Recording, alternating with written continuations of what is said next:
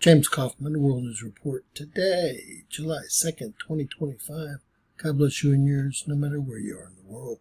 Please subscribe, give us a thumbs up, ring that bell for critical future updates. Taylor Lorenz justifies chants of death to America and death to the IDF. You gotta hope Mossad is watching. One would think she would have more sense, but not this one. Journalist Taylor Lorenz is yet another perfect example of all the insane people that have made it into the news and pretend to be journalists. She is just someone who hates America and really just an example of a fired and failed wart who won't go away. During an appearance on the Piers Morgan program, Lorenz tried to justify the chants of death to America and death to the IDF, which took place at the Glastonbury Music Festival. This woman is completely crazy and belongs absolutely nowhere near the news business.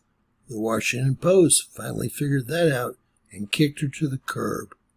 Maybe Piers Morgan and the rest of the news will come to the same conclusion after this latest rant.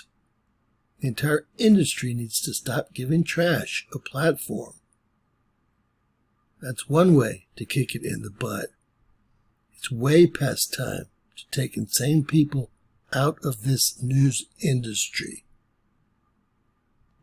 People want the public and these artists to have more positive sentiment towards the Israeli military forces. I don't think anyone wants positive sentiment. I don't know why you twisted it around. We're saying we don't want anyone to call for the death of anyone. I mean, if you are advocating against genocide and you don't want people to be killed, how can you turn around and say at the same breath that you think chanting for death should be contextualized somehow? Well, yeah, because again, if an army is outraged about that calling genocide, for their death, that's the issue. It's not calling for the death of a military entity that is currently committing genocide. Taylor, you can't keep saying that. It's a compulsory army. You don't even believe that when you're saying it. Yeah. If they said death to the British Army, no one's taking that as meaning the institution. They're taking it as meaning British soldiers. When people say death to America, they mean death to American imperialism that is subjugated. No, they don't. I mean death to Americans. That's a very generous. As the supreme leader of Iran, what they mean. I don't think you even believe this as you're saying it, Taylor, do you? I'm a huge supporter of free speech. Even when people talk about killing people. All right, but let's go to Hen.